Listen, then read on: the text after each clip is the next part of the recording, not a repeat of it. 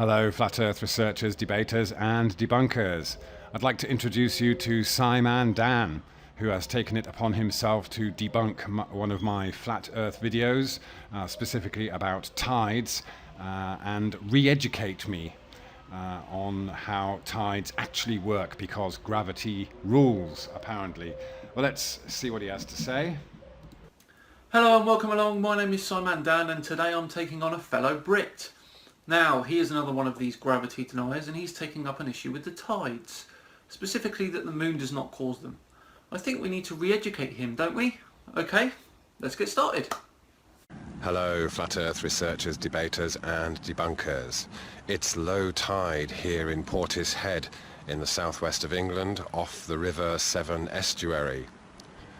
The difference between the low and high tides, which occur twice daily each, is about 5 to 6 metres. Actually, for Portishead it's more like 9 to 10 metres, but hey, who's counting? You can see over there the difference between the low tide now and the high tide mark at the lock entrance, and the boats beyond in the marina have to wait until high tide until they can be let out of the lock. So this means that millions of tons of water is being shifted, and we are told that this is because of the moon's gravitational pull on the Earth.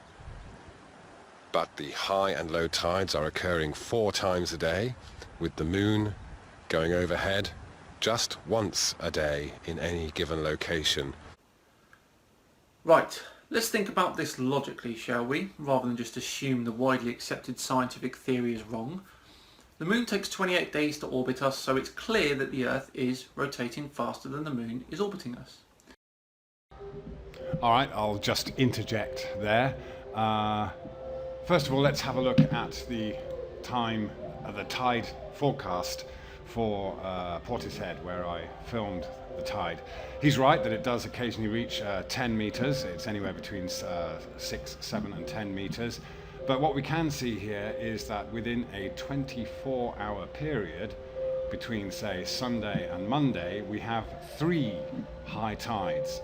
We can just go down here and see that, for example, on Sunday it is going to be high tide at 10:30, and then high tide again 10 in the evening, and then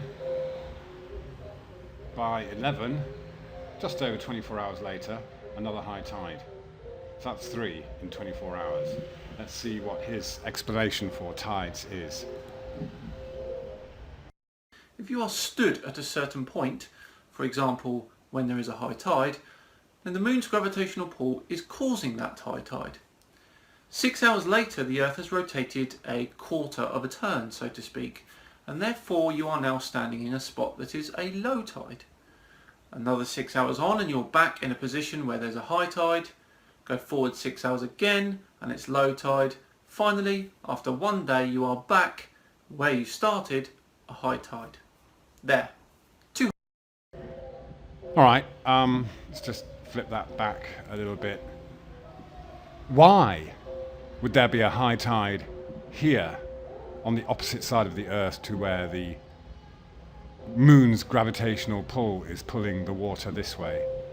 There's no reason for there to be a high tide on this side. So this illustration in itself doesn't really make sense. Finally, after 1 day, you are back where you started, a high tide. There. 2 high tides, 2 low tides, 1 day. So again, there are usually 3 high tides in about a day. With all this water being shifted with so much force, how come we and other living things which are mostly comprised of water do not feel this force acting on us as well? This is a matter of scale. The moon's gravity is influencing us, yes, but the effect is so immeasurably small We don't feel it. Gravity weakens by a factor of its distance squared. Oceans are huge. The Atlantic, for example, has an area of over 100 million square kilometres, yet the tidal range is only a few metres. The Mediterranean, which is significantly smaller than the Atlantic, has tides that max out around 1 metre. Lakes have tides as well, but they're very, very small. All right, he seems to be forgetting that all the oceans in the world are just one big ocean. We've just named them differently because of where they are, based on their locale. So it's all one body of water.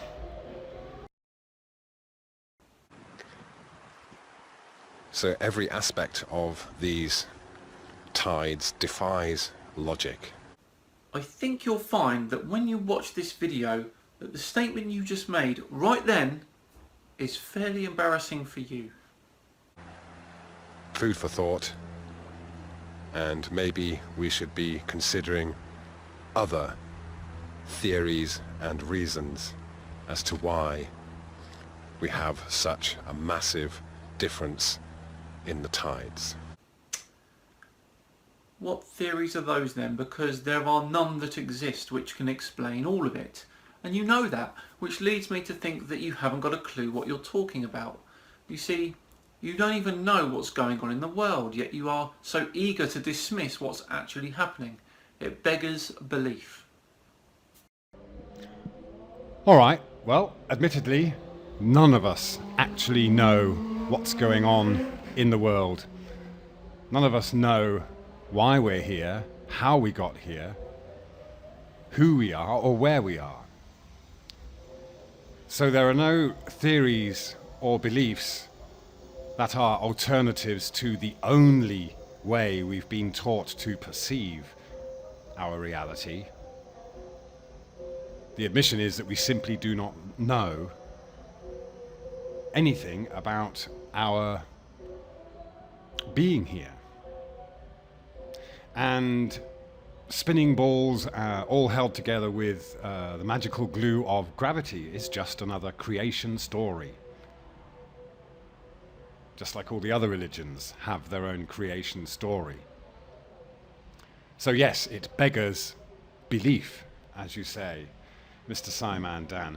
And I'd just like to take you back to this Why footage. we have Let's go back a bit. Now, food for thought. I've asked SciManDan to show me where on earth water does not flow down a curve. You can see a trickle of water coming from the lock gates here, and it gently flows down this slight curve out to the water.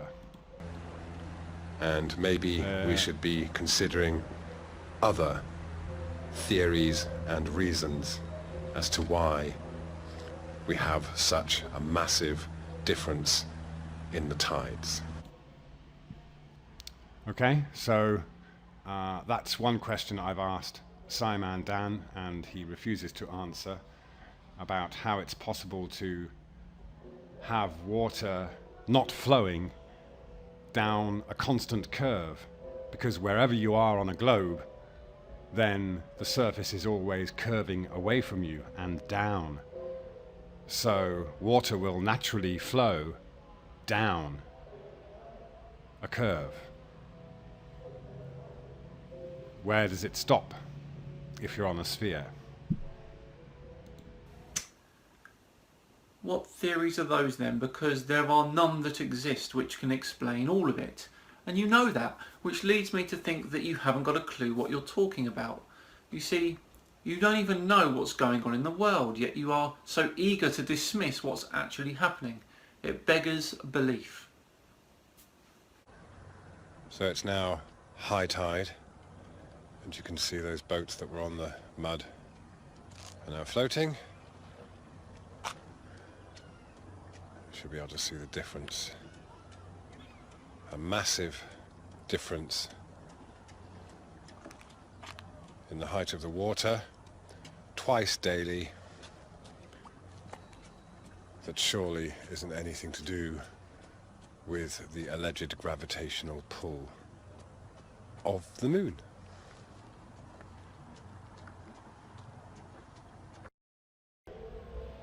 So I'll just add my own thoughts on this, that the sun and the moon are like the hands of a clock. Just like the stars, we make observations to tell the time. That's all we can do on this earth, is tell the time. We can even predict eclipses by watching the sun and moon follow their independent paths. We don't have to be moving. I've also pointed out to Dan that his belief that the moon orbits the earth every 28 days is just an interpretation of what we see. But if you actually look at the sun and moon each day, you will see that the sun and the moon follow similar paths, kind of independent from each other. And but the sun will overtake the moon every month, and if you trace their paths for a while, you can easily predict when an eclipse will occur or when their paths will cross. So this has been done for millennia, as far as we know, without having to have a heliocentric model to predict it. It is simply done by Earth-based observations.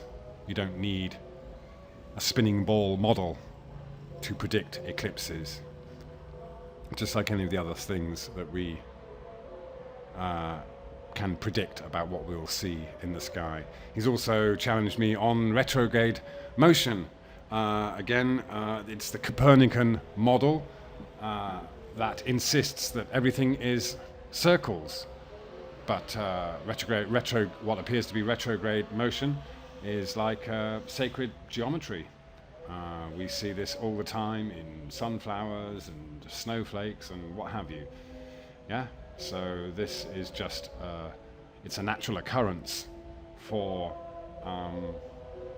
things to make petal shapes or to turn back on themselves. Again, the insistence that retrograde motion of Mars, for example, is wrong is just because it doesn't fit with, you know, the idea that everything has to be circles. All right, let's just hear what he has to say, and then I'll leave a link in the description, and you can go and educate him yourselves if you like. But I've tried, and he believes that seeing pictures of Earth from space is enough evidence for him. So probably fighting a lost cause, but you know, at least you can try and educate him. Oh look, he's come back 6 hours later when the Earth has rotated quarter of a turn, enough for the tide to rise. Would you look at that? Absolute village. Okay, I'm done with this guy now. Thank you all for watching as usual. Please like and subscribe. That's enough. Okay, just go and check it out if you like. Thanks a lot. Cheers.